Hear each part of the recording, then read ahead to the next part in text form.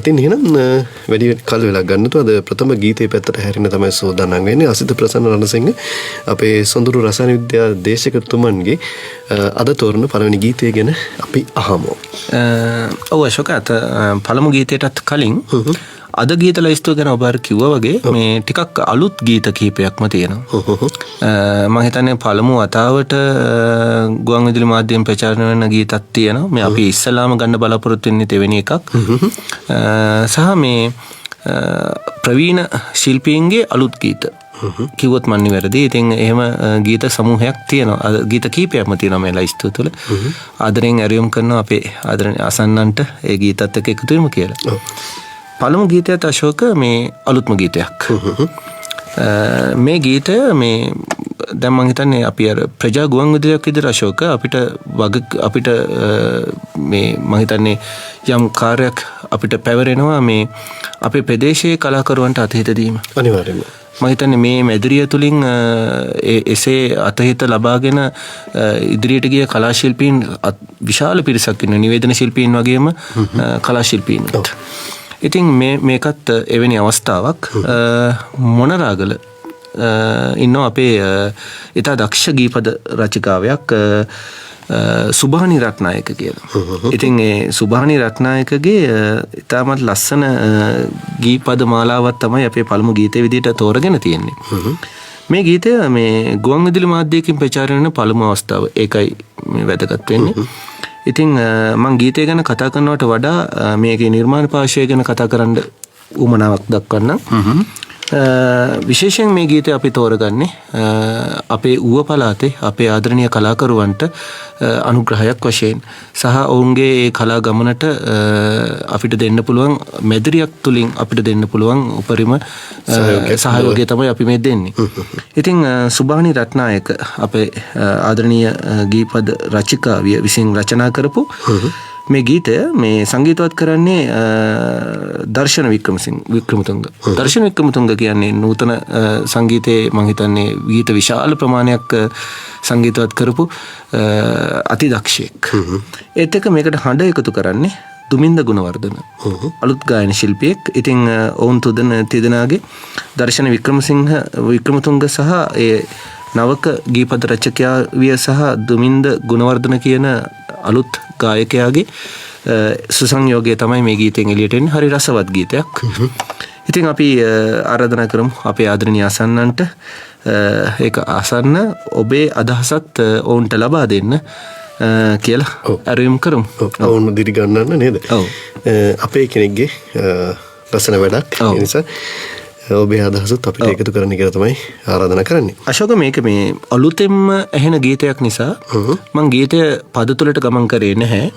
ඒ කියන්නේ ඔබේ රසවින්දනයට මම බාධාවක් කරන්න ගියේ නැහැ. ඔබ මේ ගීතය ඔබේ කරගෙන රස විඳින්න කියලා ආරාධනා කරනවා.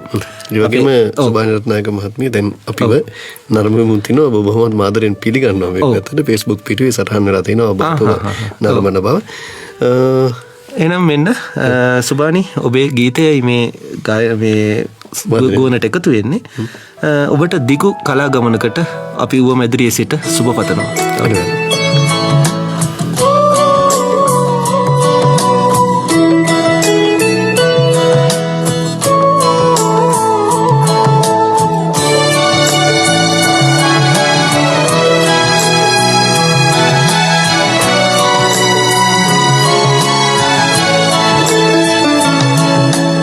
හැරුණා ඔබ අවැසිම මොහොතක නොලබා අතැඟිලි බැඳෙන වරම් හිමි නොවනා බව දැනුනම හදවත රිදුනා කඳුලැලි කලන තරම්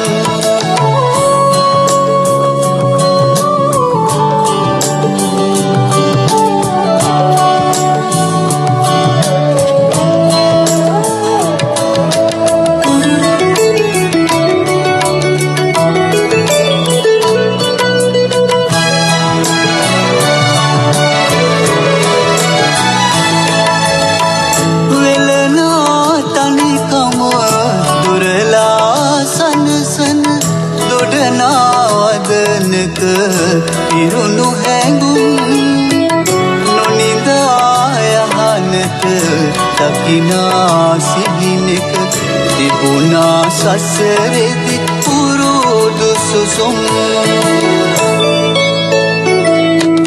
මග හැරුණා ඔබ අවැසිම මොහොතක නොලබා අතැංගිලි බැඳෙන වරම් හිමි නොවනා බව දැනුනම හදවත රිදුනා කඳුලැලි කලන තරම්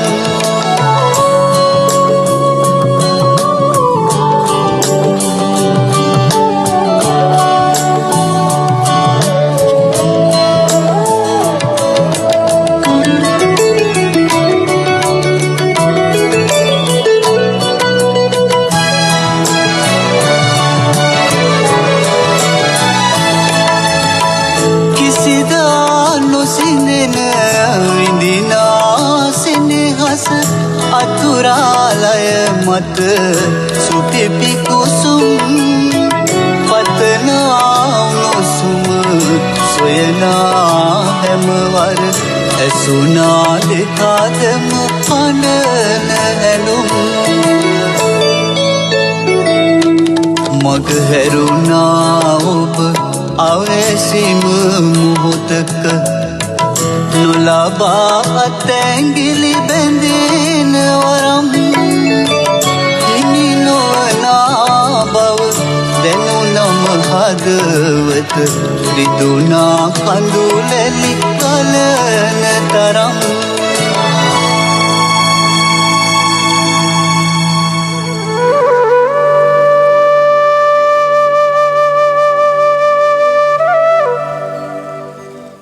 බොහොමත්ම අපූරු සහ නැවුම් නිර්මාණයකට තමයි අපි ඒ සවන් දුන්නේ සතියක ගී සොයාමෙන්. අපි ගීත ගැනත් පුංචි අදහසක් එකතු කරමු නේද අසිත? ඔව් අශෝක මේ බලන්න මේ පද කීපය මේ මග හැරුණා ඔබ අවැසිම මොහොතක ජීවිතේට අවශ්‍යම මොහොතක ඔබව මග හැරුණලු. ඉතින් මේ පද කීපයේ අශෝක මේ මම හිතන්නේ ගැඹුරු විරහ වේදනාව හරිම ලස්සනට සුභානි රත්නායක කැටි කරනවා. මෙන්න මේකයි අශෝක වෙන්න ඕන. බලන්න අපේ ප්‍රදේශයේ ගීපද රචකයන්ගේ දක්ෂතාවය. මේක ජාතික තලයට යන්න ඕනේ අශෝක. ඇත්තටම මේ ගේපද රචකයන්ගේ සංගමයේ විදිහට අපි මේ උත්සාහයක් දරන්නේ අන්න ඒකට. ඉතින් සුභානි රත්නායක වගේ බලන්න මේ ගීත මේ පද කීපය තුළ කිසිදු නව්‍ය බවක් නැහැ. ප්‍රවීණත්වයමයි තියෙන්නේ. ඒ කියන්නේ අද්දකින් අඩු ස්වභාවයක් නැහැ. ප්‍රවීණම තලයට මම හිතන්නේ මේ ගීතය ලංකාවේ ප්‍රවීණම ගායන ශිල්පියෙකුට උනත් මනමින්ම ඔබිනවා. ඉතින් මෙවැනි දක්ෂයන් අපි ජාතික තලයට ගෙනියන්න ඕන.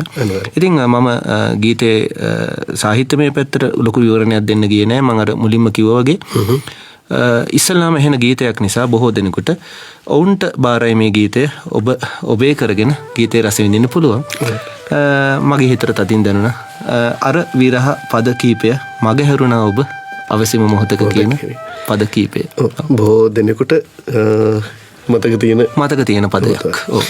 හරි. අතරම අවශ්‍යම මොහොතක කී දෙනෙකුට මේ අත්දැකීම ලැබිලා ඇද්ද? ජීවිතේට අවශ්‍යම මොහොතක ඒ පන්නරේ නැති වෙලා ගිහිල්ලා ඇති. ඒ විරහව දැනෙලා ඇති. ඔව්. ඉතින් අපි ලස්සන ගීතයක් අහලා වැඩසටහන ආරම්භ කරේ.